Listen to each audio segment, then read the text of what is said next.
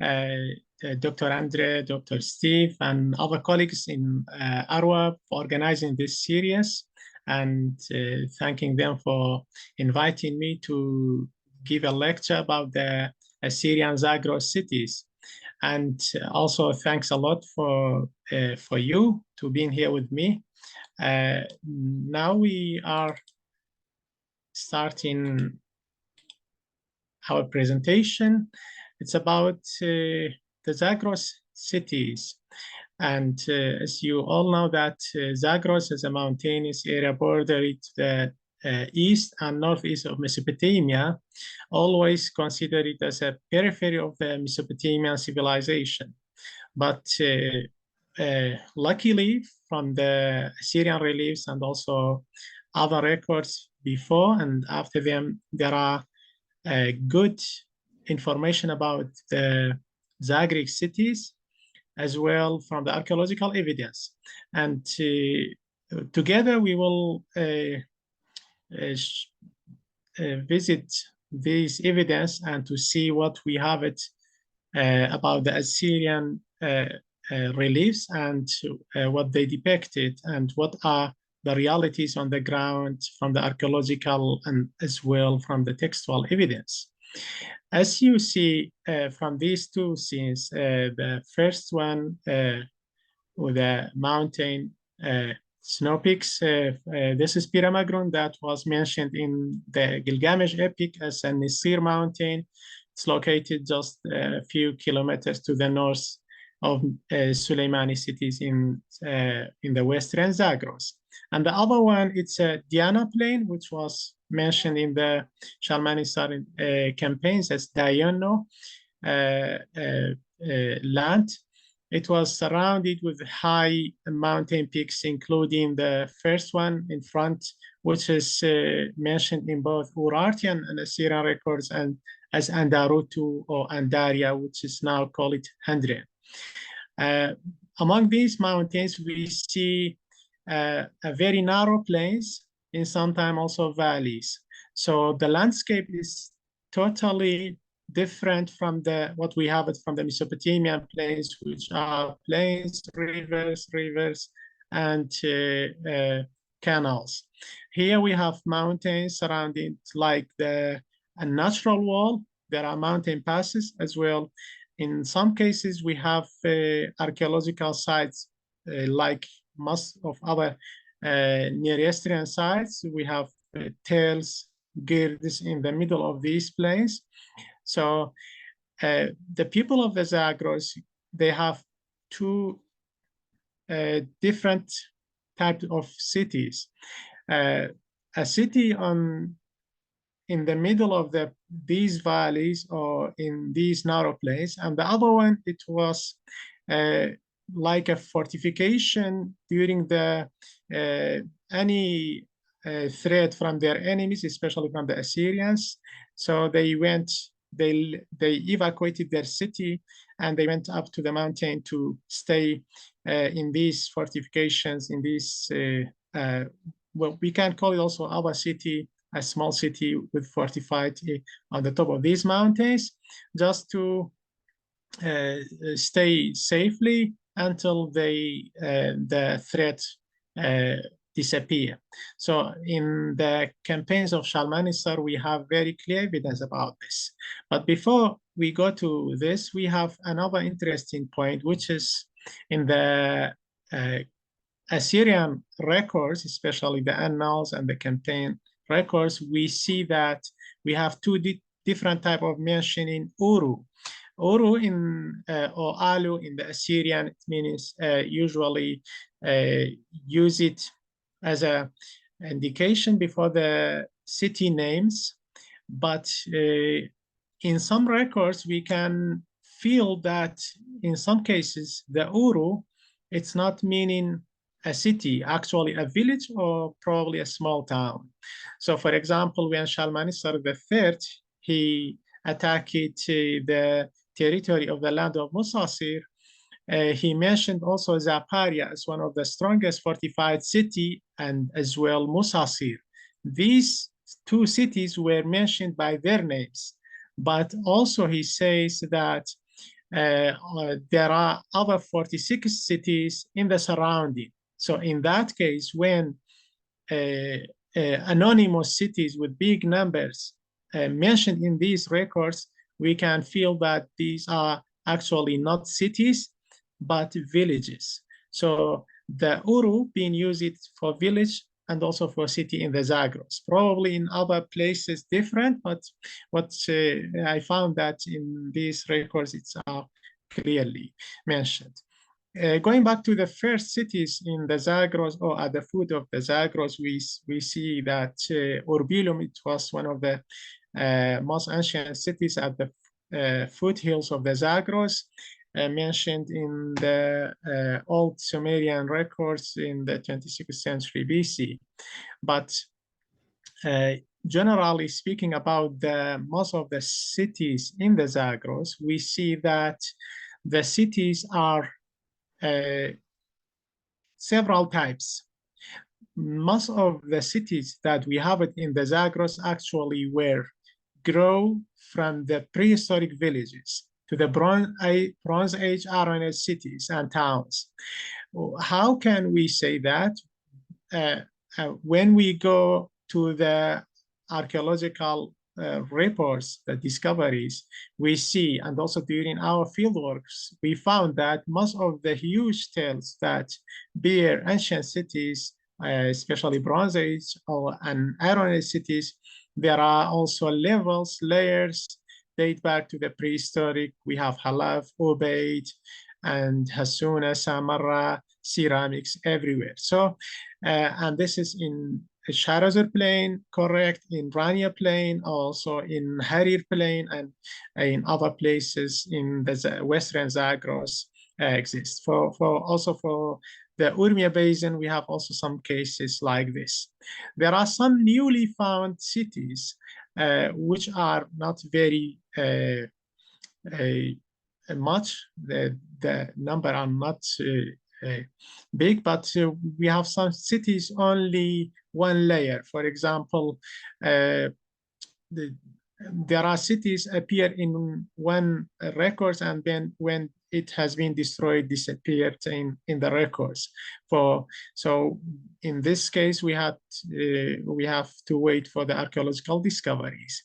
And the third thing that also we have clear evidence about it, the rebuilt or restored cities on the ruins of the destroyed, burned cities. For example, Shalmaneser III, when he invaded Ashurnasirpal II, when he invaded in 881 the land of Zamua, the province of Zamua. He mentioned that Atlila was one of the ruins, like any of other tales in there, but being destroyed by one of the Babylonian kings.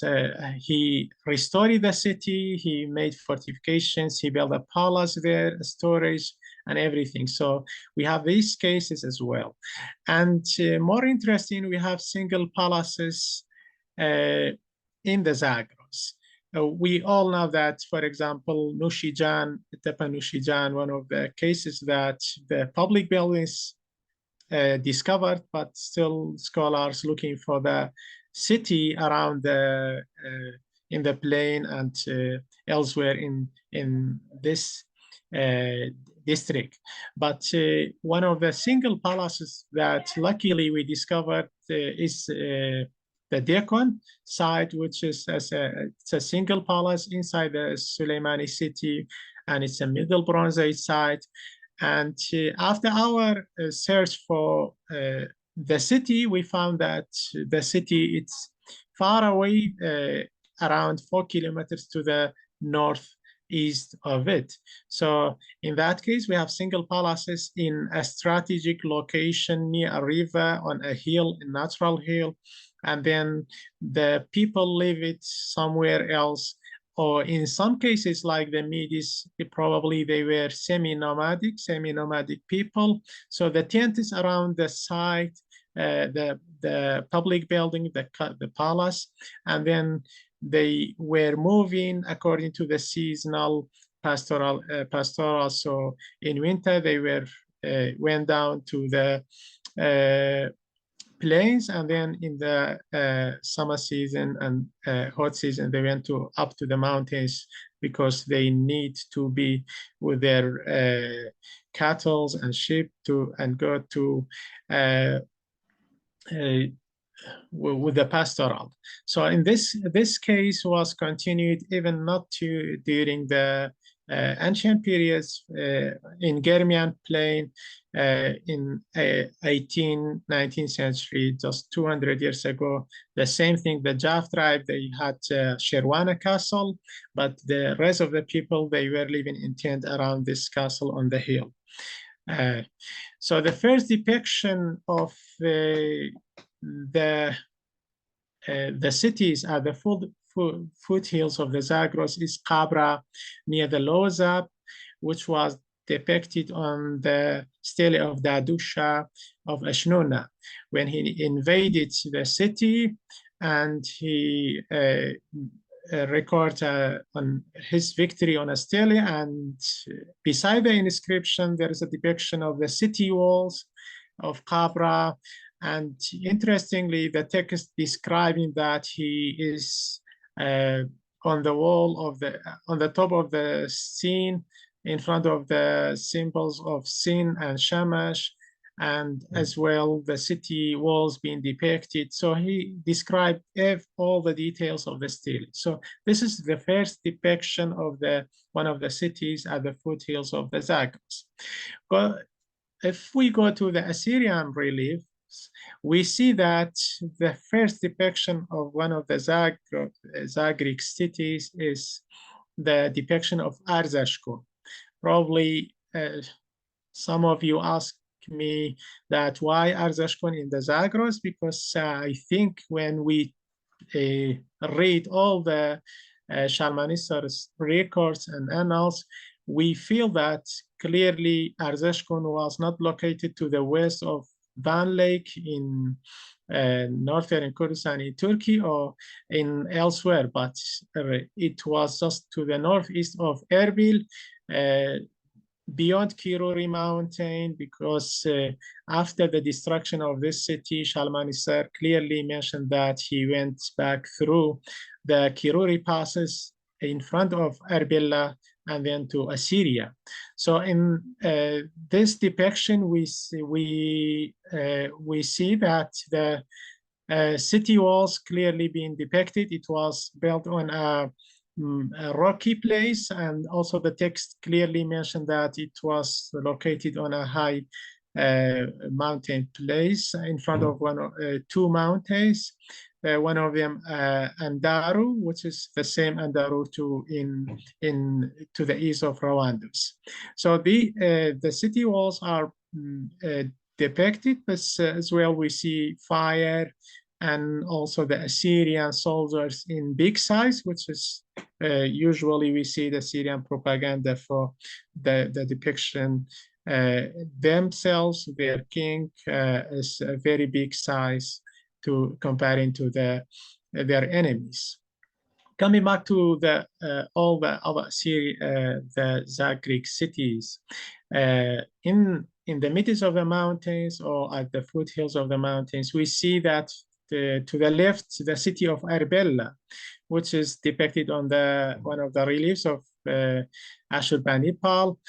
We see a ditch in the bottom, and then three main walls starting, also different gates of the city, and at the top we see the Acropolis, the Temple of Ashtar, probably also the ziggurat, because of the ziggurat of Ashtar mentioned during the Middle Assyrian period as well.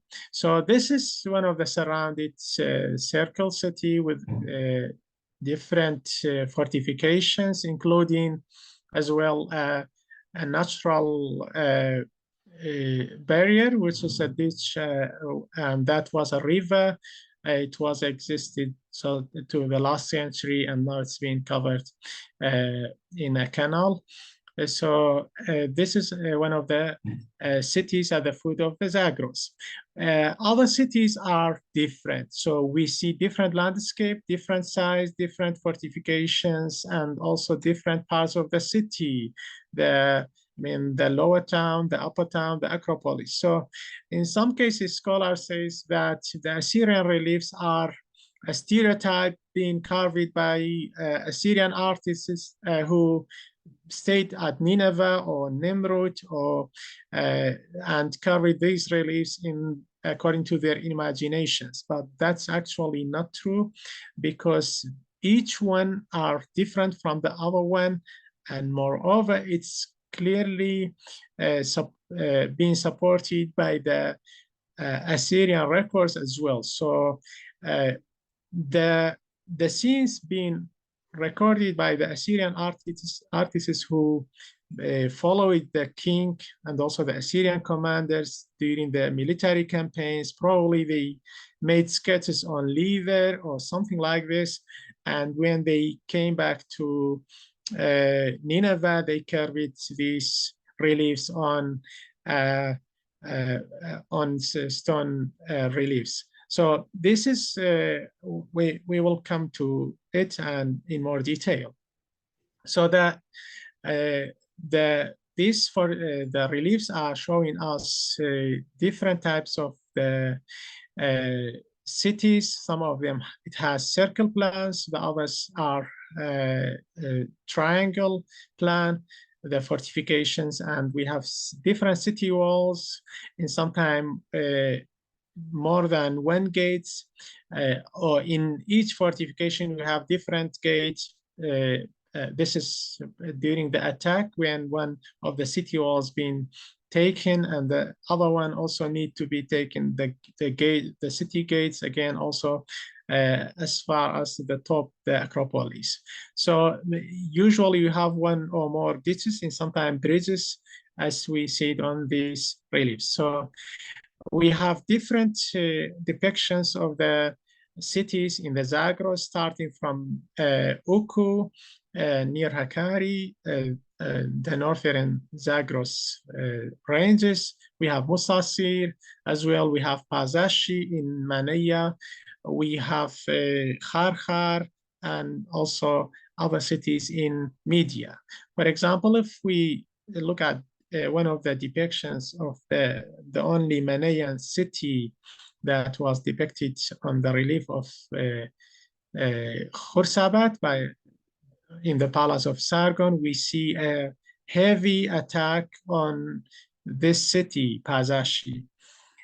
We see that the city was built on a hill, a steep hill, and there is also near the pass, mountain pass, we see at the right side a huge mountain, and there is a pass planted on the mountains also visible.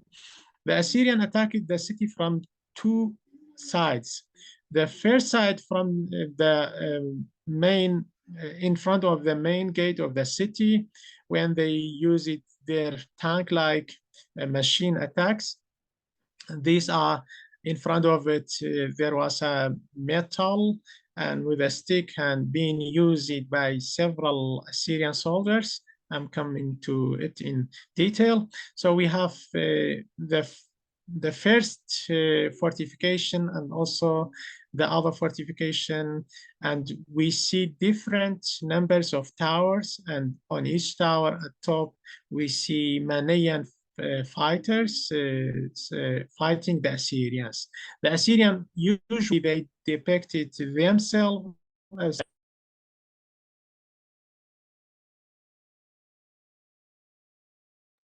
Dlshad, sorry. We stopped listening to you. Dlshad?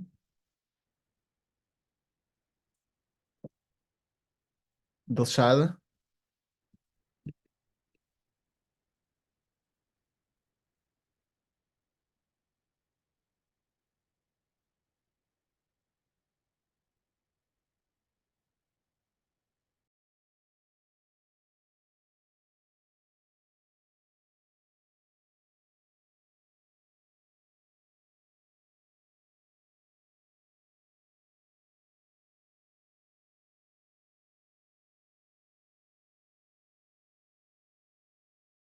Dlshad, sorry.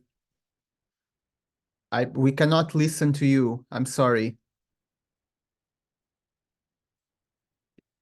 Um,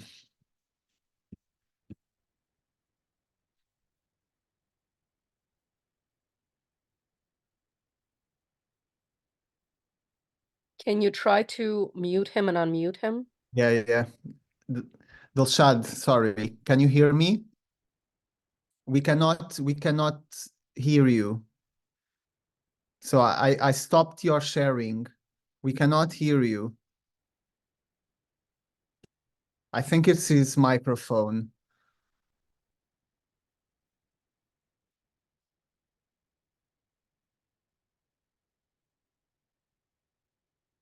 Dlshad, can you hear me?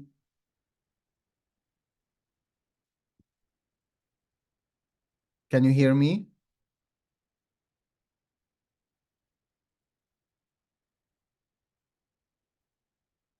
Dlshad,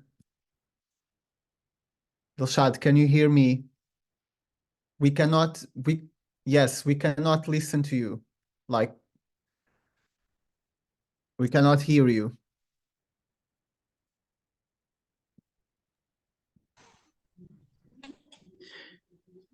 Okay. Now the sound is good. Yeah, now the Can you hear sound me? is good. So, but you have Yeah. to go back. You have to go back a little bit, like, because we Yeah. haven't Just been able help to. me. Yeah. Sorry. Help me. So Just go back at least one slide, I think. No, yeah. that's This one. fine. Yes, yeah. No, and that Yeah. was fine. Yeah, okay. It was Yeah. just 2 minutes. Okay. Yeah. Okay. Okay. So you have the stage again. Thank Yeah. you. Sorry for this No, problem. it's okay. Technical problem. Yeah. So we see that the Assyrians depicted the Median city of Kharkhar and the heavy attack. They could be able to take the first fortification and also crucified several Median soldiers in front of the city to threaten the rest of the people. So they are about to take the second fortification, which we see people on towers, and they are about to surrender or negotiate. We see that the Assyrian soldiers, one of the Assyrian uh, uh, leaders, using a ladder to go to attack one of the towers and then negotiate with the Medes there. So at the top of the city, we see the Acropolis. There are tower temple-like, and there are here there are some more details.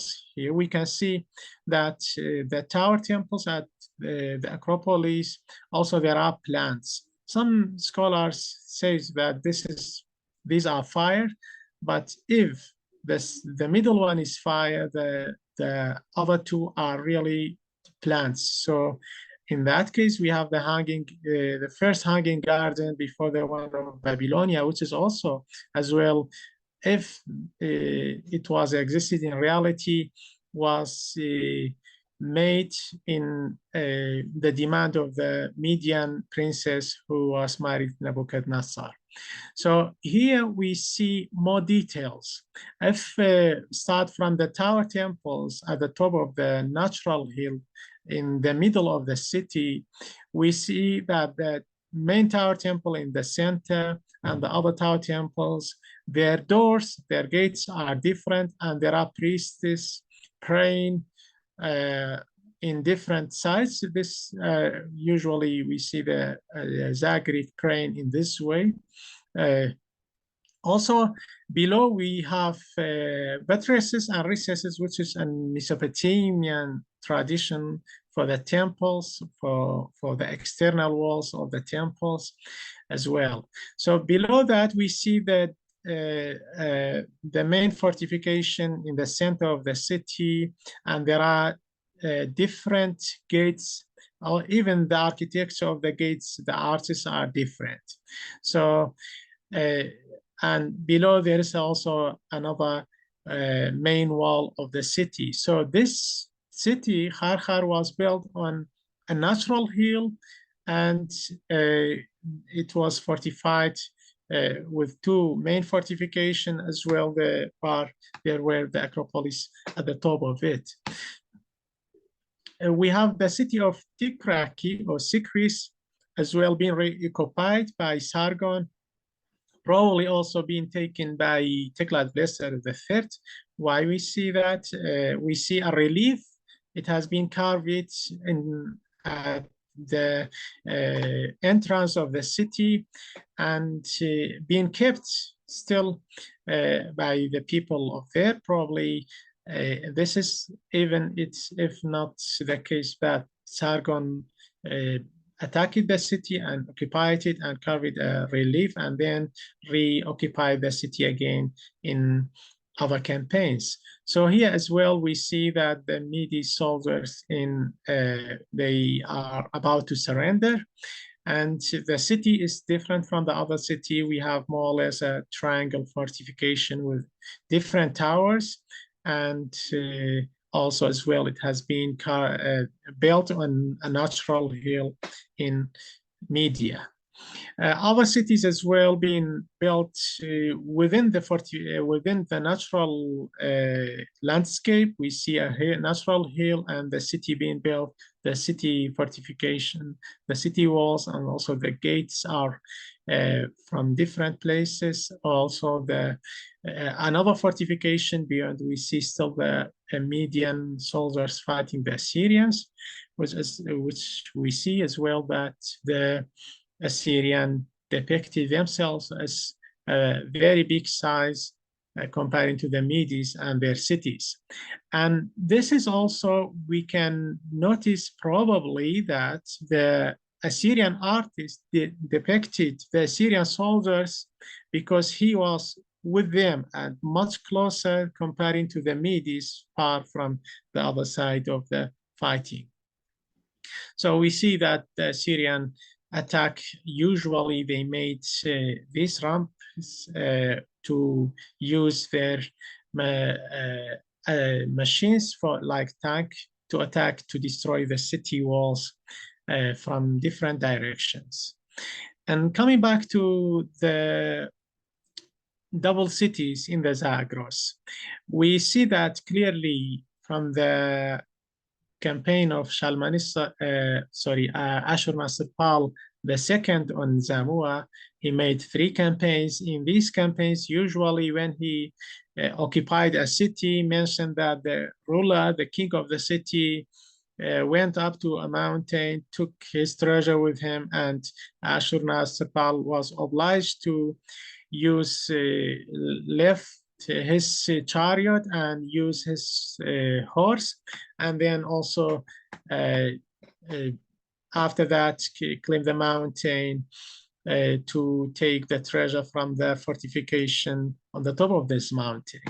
So we searched for this in the area between the Lower Zab and Sirwan River, and luckily in Sharbajer district, just to the east of Sulaimani, we found a couple of these Lulubian fortifications, which are located on top of the mountains, and also there are other sites below in the plain. And one of the sites that's not far from the Suleiman, just to the north of it, it's a artificial site, Tel Girt.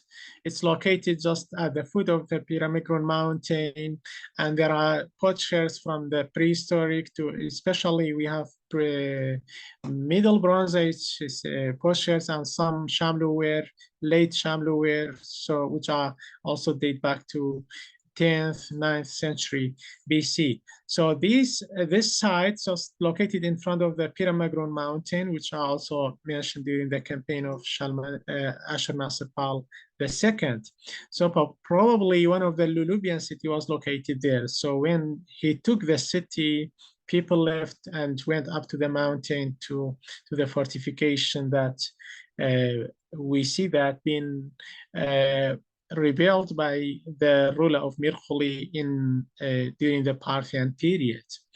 So also there are, when we see at the Assyrian reliefs that we see that the Assyrian depicted these cities as they were. So usually because of the landscape, the mountainous area, the people were obliged to build their cities in a high place for 2 points. One of them to be far away from the threat of floods, not only from the raining, but also during the spring when the snow melting from the mountain. So again, another flood happening. This is also not good for their cities. And another point also for protection from during the siege and enemy attacks, which as we see during the Assyrian period. And coming back to Musasir, the city of Musasir, which is one of the well depicted on the Assyrian reliefs, especially during the reign of Sargon when he plundered the city. He depicted 3 main parts of the city.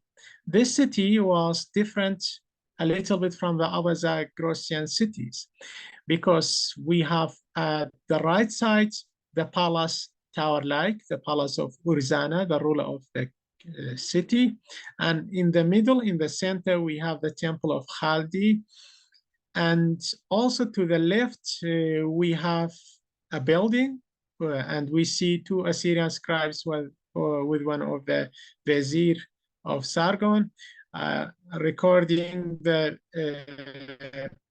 plundered objects and also the deported people. So most of the scholars, I mean, in the last century, usually they call it this building when the 2 scribes and also the Assyrian vizier sitting, call it as a building with 4 towers. But actually this is the city, the houses of the city.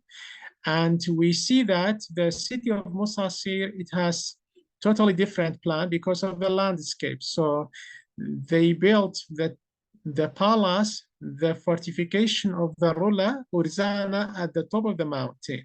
And then in the valley, they built a temple, but because they were afraid from the floods, so they built the temple on a flat ramp. And then also the city, it's located beyond a hill, a natural hill, a little bit far from the temple. We see here the hill, the natural hill, and then it has a small fortification, and then the houses of the city. Each house, it has a main door in the center and 3 windows there. So when we come to reality, we see that we have still evidence from the villages in the Zagros supporting this idea. As some of you know that I started a long-term field work with the Directorate of Soran of Antiquities in the area to the northeast of Erbil, in the area of Ravandus and Bradost Mountain, which is located in the triangle border between Iraqi, Iranian, and Turkish political border at the moment. So this area, which was called during the Iron Age as the land of Musasir. And when I searched to this depiction, I realized this is not a 4-level tower, but really this is the city of Musasir, the houses of the city of Musasir. Why? Because just beyond this mountain, when the Mujassir village and the ruins of the city of Musasir exist, we have this village. This is a photo from 1971, taken by the teacher of this village, Mr. Jalal Majid. It was during the Nowruz Kurdish New Year, when all the people of the village came to the roofs, men, women, and children, all are in Kurdish dresses celebrating, coming to watch the making fire of Nowruz on one of the hills in front of the village. So we see here there is no courtyard. Each house using the roof of the below house as their courtyard for their daily activities, for festivities, everything as you see here. So these are really the same thing that was for the city of Musasir, when also Sargon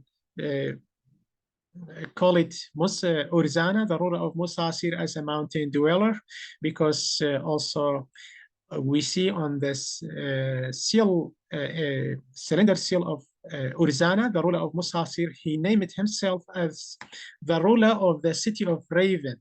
The bird raven usually in the Zagros built their houses on rocks. So these cities built on the the Rocky Mountains, just like this in the past. So these are the details from these reliefs, and not only in this place of the Zagros, but in the Hauraman area, we see that still the villages in the same tradition, and more interestingly, that we have three window in the center, the same tradition of the facade of the houses being kept for almost 3 millennia. And if we come back to the ruins of the city of Musasir, we see that this is the Topzawa Valley, when the Topzawa stele of Rusa, the Urartian king, discovered, and it was just erected on the main road that was led just a few kilometers to the west of this place, when the ruins of the city of Musasir exist in Sidakan. And this place is the place when we found the column bases, which we think for a public, it was related to a public building, and this public building is very probably the same temple of Musasir. So the temple was here in this valley. This is when we see the pillow trees. These are the Topzawa River, went through just to the west of this city. And then here the temple. At the top of this mountain, we have the palace, the Fort Qala Mujassar. And beyond this hill, we have the city of Musasir, the ruins. So when we visited several times the village, we found that people, when they are digging the basis for their to build a house, or during cultivation, they found the column bases, which are typically Urartian column bases, and there are many column bases in this village. So these are very comparable to the temples that was discovered in to the west and north of Lake Van, which are typically Urartian temples. And these are, we discovered almost 17 column bases there.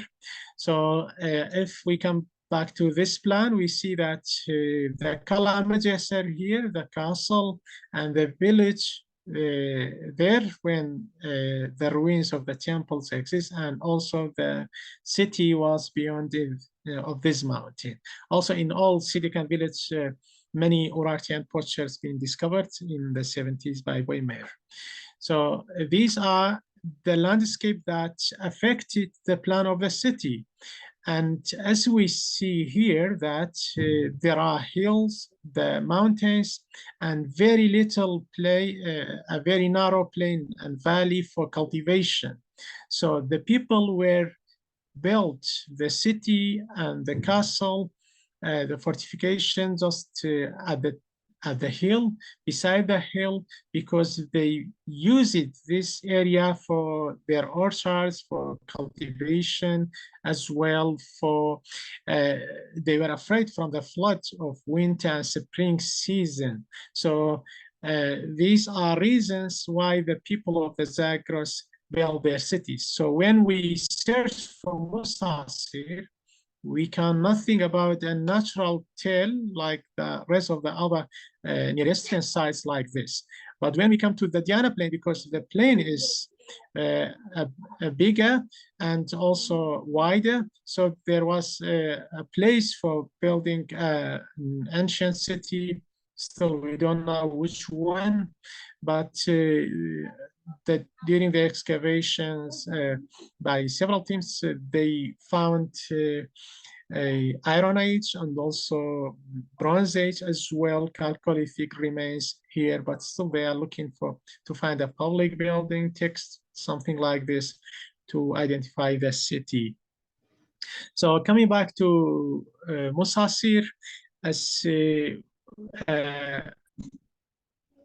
here we see that when they expanded the route to the village of Mujassir, which we think that this is the folk etymology of Musasir, they found a tomb here, and here the skeleton, and also within the tomb they found a torso.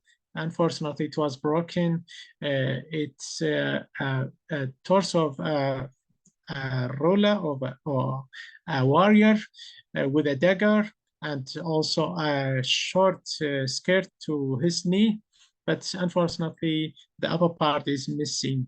And still we have planned to dig in this place to make C14 dating for the ruins of the skeleton there, as well to expand this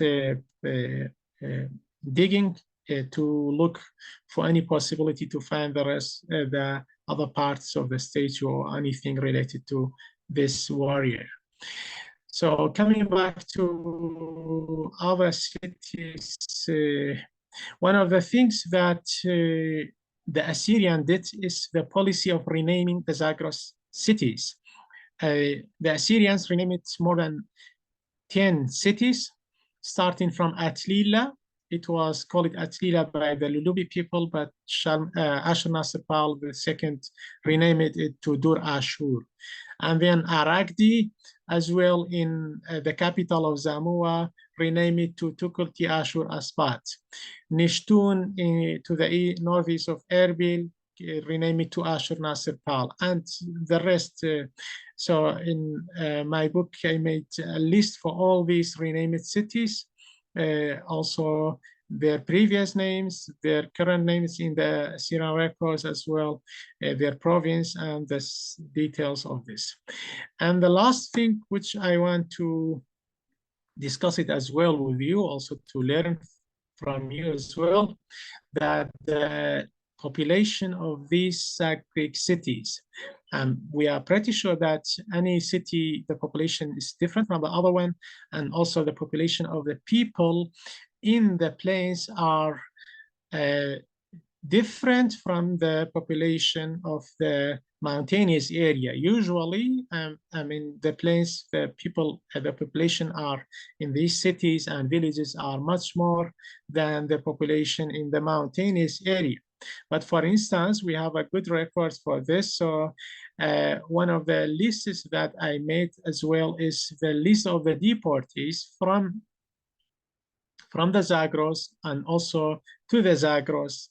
And these are including numbers. For example, Ashur Belkala mentioned that he deported 3,000 captives from Habhu. And one of the interesting things that Sargon, when he plundered the city of Musasir, he mentioned that he accounted 6,120 people, in addition to the family of Urzana, the ruler of Musasir. He mentioned the Urzana, his wife, and his children as well. So the people of this city was more than 6,000 people at that time. So, and if we compare it to the village of Rus, just in the last half century, we see that this village, it was one of the crowded villages in this place because it was located on the caravan routes between from the Urmia basin to the valleys of and the plains of Erbil and Mesopotamia to late antiquities. So these are a general overview of the cities of the Zagros, and I'm eager to hear your comments and also any additional information from you. Thanks a lot.